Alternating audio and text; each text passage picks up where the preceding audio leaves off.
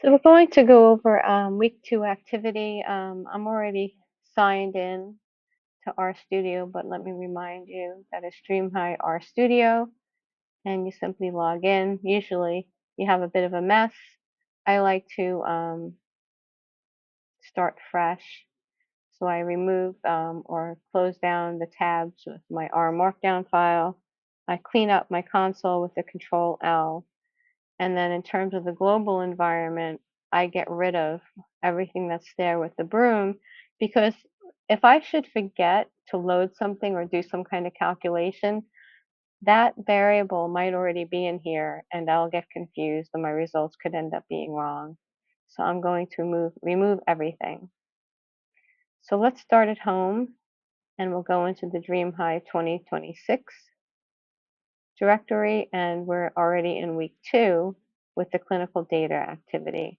I'm going to, just to make my life easier, remove all of my various forms of the activity. So start with the original activity, the R form. You can minimize the console so everything is nice and big in this window on the left-hand side. So the first thing we're going to do is to save this with a different name. So we have the original as our reference to always use. And then the next thing you're going to do is to put your name here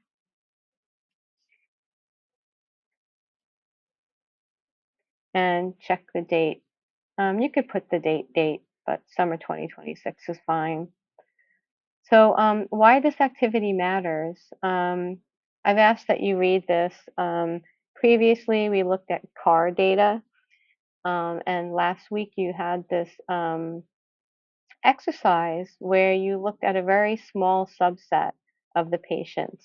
So there's 1,082 breast cancer patients in this cohort, and you did some hands-on calculations for only 70 of the patients, just so you could see what kind of data was there, how you could manipulate it, and create various statistical summaries. So now we're going to work with a real life data set, all 1,082 patients. All right. So the data file we're going to work with is a CSV, meaning a comma separated um, variable file. And interestingly here, we're going to create an object that is equal to the name of our data directory. This is very good practice to use because if we wanted to take this activity and use data from a different directory, the only thing we need change is this particular chunk. If your data existed somewhere else, you just put it here, but everything else would keep data underscore directory and the new directory would be loaded. So we can't forget, I know my environment is empty, so I know I didn't click this code chunk. So my variable is defined. So this code here is just a way to look at images. Um, we have the file path puts together our data directory and the name of the file we're interested in, and now we're including graphics. So if we run that, we get this beautiful picture which shows the cross section of a milk duct. This is normal duct. And you can see there's some extra cells being produced here. The cells start to get a little funky. The nuclei get crazy. And here the cells become even darker because probably there's not proper separation of genetic material. And then eventually, um, these cancer cells break through the wall of the milk duct. And this is called invasive ductal cancer, or as we'll see later, invasive ductal carcinoma. And most breast cancers are of this type, and we'll see that later in the activity. So please put your observation here. We also have a nice image of metastasis. So a major danger of cancer is metastasis. Well, some people would say that cancer is metastasis, right? So if it's a solid tumor that can be removed, that's a tumor. Maybe it has cancer or potential, but cancer is metastasis, when the cancer cells leave the original tumor and move throughout the body and grow in distant organisms. So let's take a look at that image. All right, so I'm going to just decrease the view here so we can look at everything at once.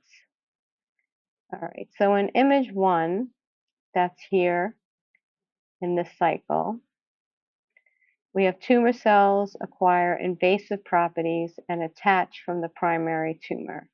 So we see cells leaving, some of these green cells, maybe they've turned into these little blue cells, but they're starting to gain the ability to take off.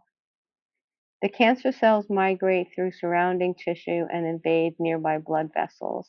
Yeah, so it's these green cells that we're interested in. These other colored cells are probably different kinds of cells we'll talk about later in the course. But when these green cells break off, they go into the extracellular matrix, and that allows them to move away from the primary tumor. And in 3, over here, we see that tumor cells survive in the circulation and they travel through the bloodstream. So they find their way over to a vein or an artery and they poke themselves in, and then they're on for the ride. And then number 4, the circulating tumor cells, they go throughout the body and then they'll exit at some distant site away from the primary tumor. And then they colonize in different organisms, different organs. So for breast cancer, I think lung, bone, brain, and liver are the main sites of metastasis. Okay. So read more about this figure. I think it's very interesting, and we'll talk more about metastasis as the class goes on. So now we're actually going to load the data. Since it's a CSV file, we're going to use the function read.csv. So let's click on that, and very comfortingly, we see that our data frame is here. It has 1,082 observations and 27 variables. And you can read about why we call it what we call it. And so we can use the dimensions function to just double check that we have the right number of rows and columns. And then start to get used to writing your results a little more nicely. Like 1082.27 is not very super useful in a report. So we can separate these two values out. This is the number of patients, this is the number of features. And then there's a paste function that allows us to paste together texts, variables, and so on, separated by commas. So it's just pasting together various things, and we get this nice sentence. This data set contains so and so. Okay. Now, what are the column names? So should be 27 column names, and I'll leave it to you to answer this question. So, what looks familiar and which ones are confusing?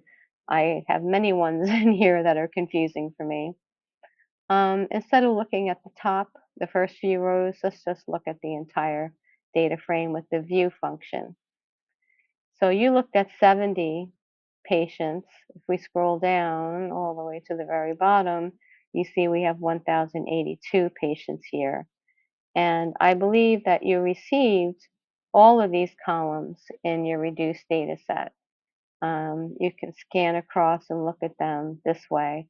The nice thing about putting it in the view table is if I click on pathological stage, I could sort them by pathologic stage. I can sort, gender, and by putting it from, Z to A, we see that there are a number of male patients here with breast cancer. So I'm going to leave this window open because I find it useful to refer to. Now I've done a few things, and that's what this little dot means. It means I've changed my file. So every once in a while, I like to save it so I don't lose the work that I've done. All right, so working with rows and columns. I'm going to leave that for you to work on because we've done this previously in the introductory materials. This is called indexing, using indexing to find various values from a single cell or from columns and rows, and that's up to you guys. Now, this is really important. Real data are messy. So the clinical data are not perfectly clean. Some values are missing, unknown, not evaluated, or not available. And it's not as if um, each feature has just says missing value. So here under race, we have not available. Let me click on it. Not available for this is for race and ethnicity.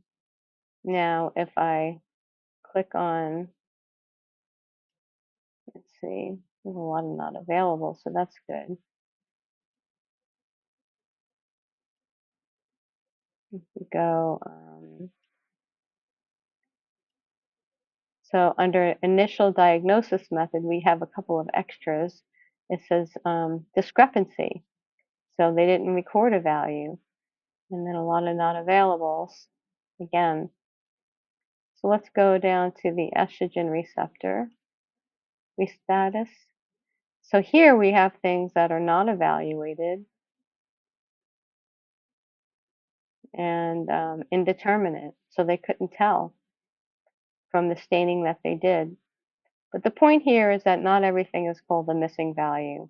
So we want to do a little analysis on that. So missing values, when we've looked through this is sort of artificial. We found all of the words for missing values. And then we want to count how many times these words occur. And then we will create a missing summary data frame and look at it. So we'll run that.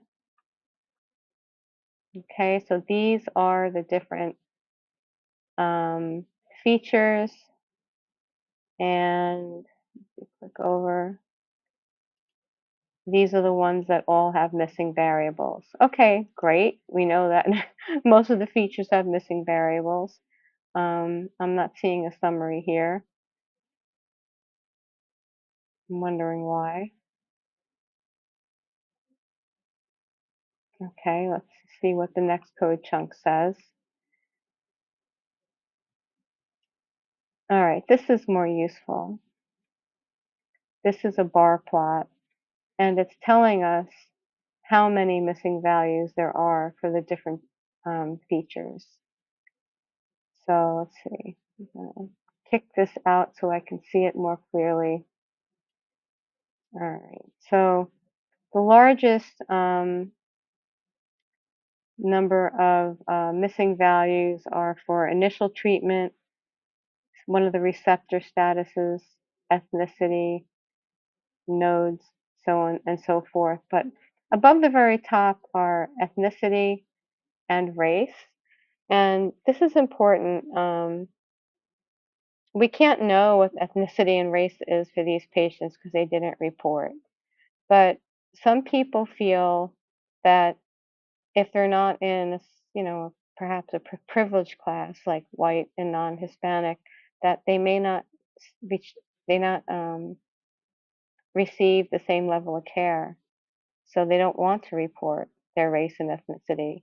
And it's a shame that this is the situation, but it's hard to blame them, right? And the reason why that this is unfortunate for us as researchers is that we need to represent fairly all races and ethnicities. And if there's a lot of people who aren't reporting, that's critical data that we're missing out on. So there's the patient perspective and then there's the researcher perspective. And both of those make sense. So it's just an interesting thing to think about. So here's a question to work on. And a nice way to summarize categorical data like gender, race, vital status is using something called the table function, and it counts how many times each value appears. So I think what you did in one of your hands-on activities, I think many of you actually had to count if you weren't using a spreadsheet. This does it for you. So for gender, like we saw before, we not only have female patients, but we have male patients, and there are 12 of them. Um, I don't know why we have this code chunk here, but we can look at it as a bar plot.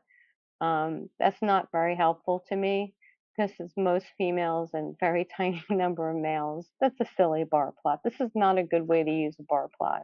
I will remove that for next year. All right, let's look at race. So we're going to do, oh, I just wanted to point out that if you weren't sure of what the feature for race was, if you put the $ there and start typing, here it is, race. You can just click on it and R will finish it for you. So this is interesting. All right, we didn't see this when we were playing around with the data function, with the data frame. So there's 87 that aren't available, 3 that are not evaluated. We have 1 American Indian or Alaska Native, 183 Black or African American, 61 Asians, and 74 whites, 747 whites. So it looks from this here that whites are probably disproportionately represented. Let's see, we can do a quick check on that. Let's see, 183 divided by 183 plus 747 plus, I'll just say 62. Oh wait, that didn't work out right. Um, let's see, let me do it this way. I want to I want to sum everybody up. So we have 1 plus 183 plus 61 plus 747. So we have 992 patients who've identified their race, and we have want to let's see 183. No, I just screwed that up again, didn't I? I'm sorry. Just hang in there with me, okay? So that was 993. So we have 183 Black or African American, and it was 993 of other nationalities. So this is 18% um, in this cohort that are Black or African American, and there are about between 15 and 16% Black and African American people in the United States. So maybe this is reasonable. Maybe this is a reasonable representation. So it's important to take a look at these types of things when, it's just follow your curiosity. Now this is a better use of a bar plot. So now we can see better the race distribution. Um, there are some missing values. I think there was only 1 Alaskan Native, very few Asian, and probably a reasonable proportion of African American in this cohort. One thing that we didn't do was to look at, let's see, we have 747 white divided by 993. Do whites make up 75%? What percentage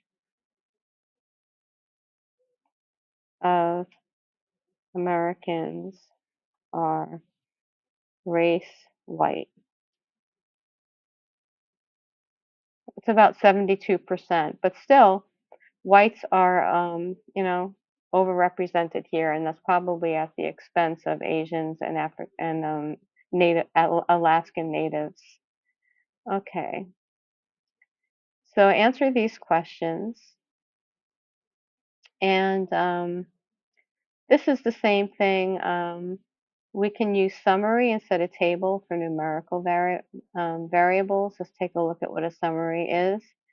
Okay, a summary will give you a sense of the distribution of the numbers. So before we talk about what these numbers mean, let's look at age, a diagnosis. You did this on a much smaller scale with 70 patients, but still, I think most of you obtained a bell curve. So a bell curve means that we have about the same number of instances before and after the mean or the highest part of the bell.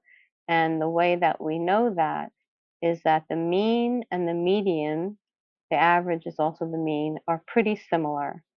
So that gives us a sense that this is a symmetric distribution. So we don't have any ages that are really overrepresented. This is a normal distribution. We would expect that there would be fewer ones who are young and fewer ones that are old because they likely would have passed. And most people with cancer are in this portion of the curve. All right, so now let's look at the receptor status. For our tumors, we have estrogen receptor, which I'll call ER, progestogen receptor, which I'll call PR, and the HER2 receptor status. And if you remember, I forgot to mention this earlier, that Ellie gave us a beautiful um, presentation on all of this. So we should be very familiar with this and what these receptors do. Now, these are not numerical values. They're character values.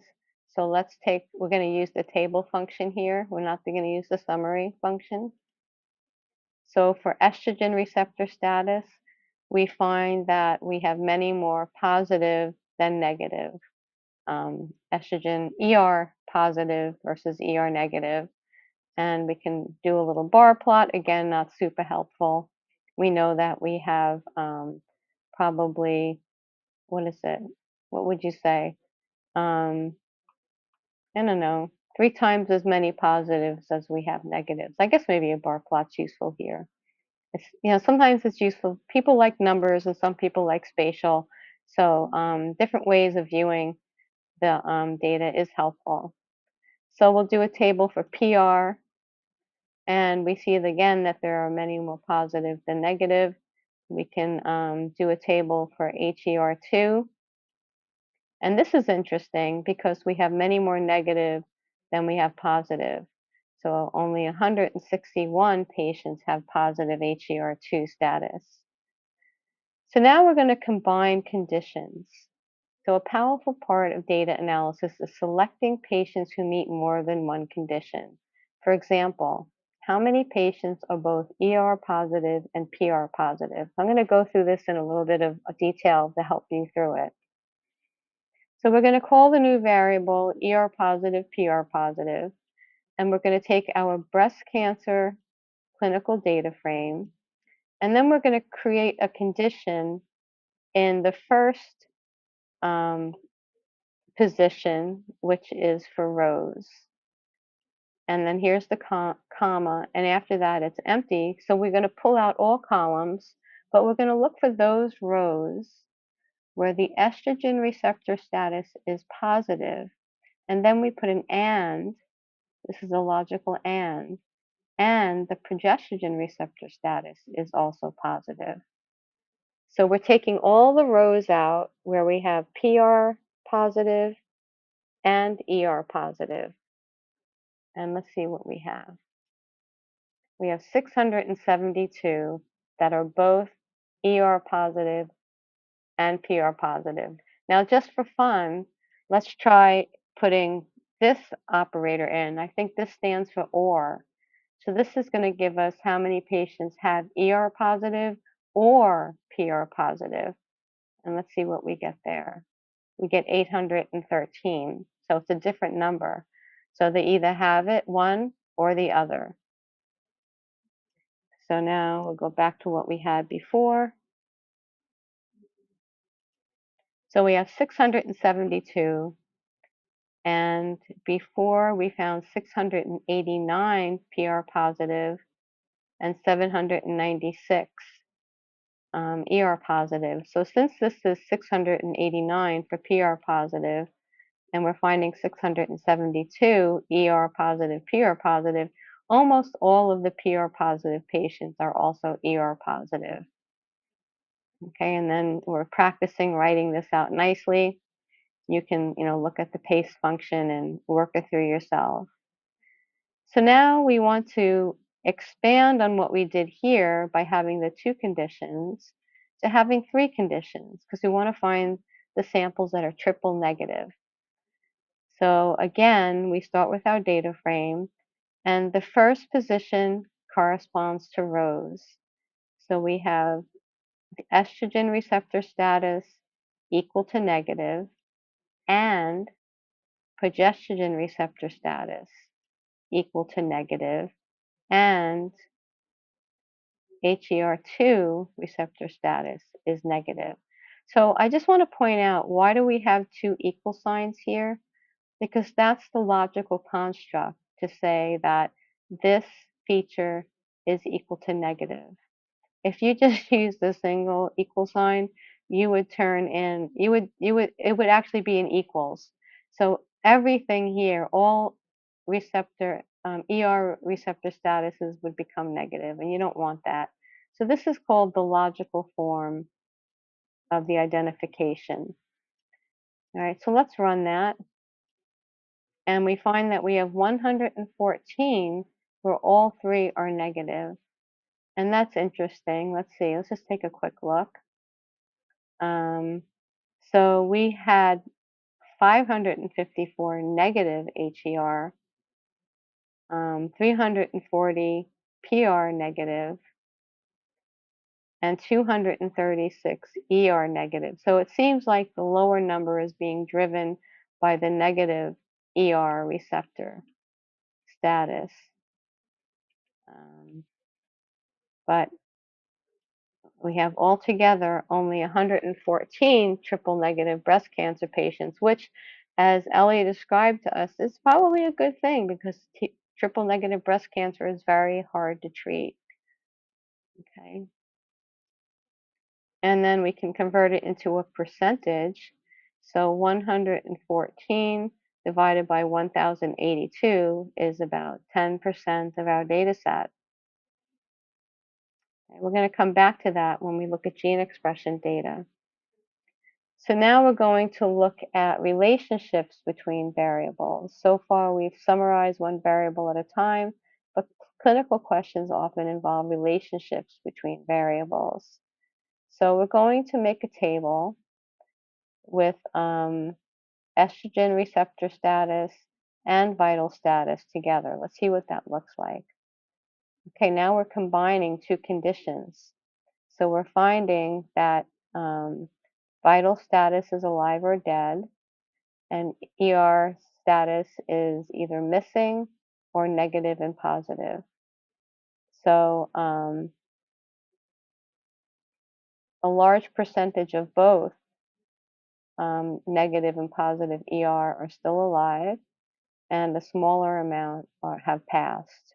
So I think it might be good to look at the percentages. So it's very similar, right? 88%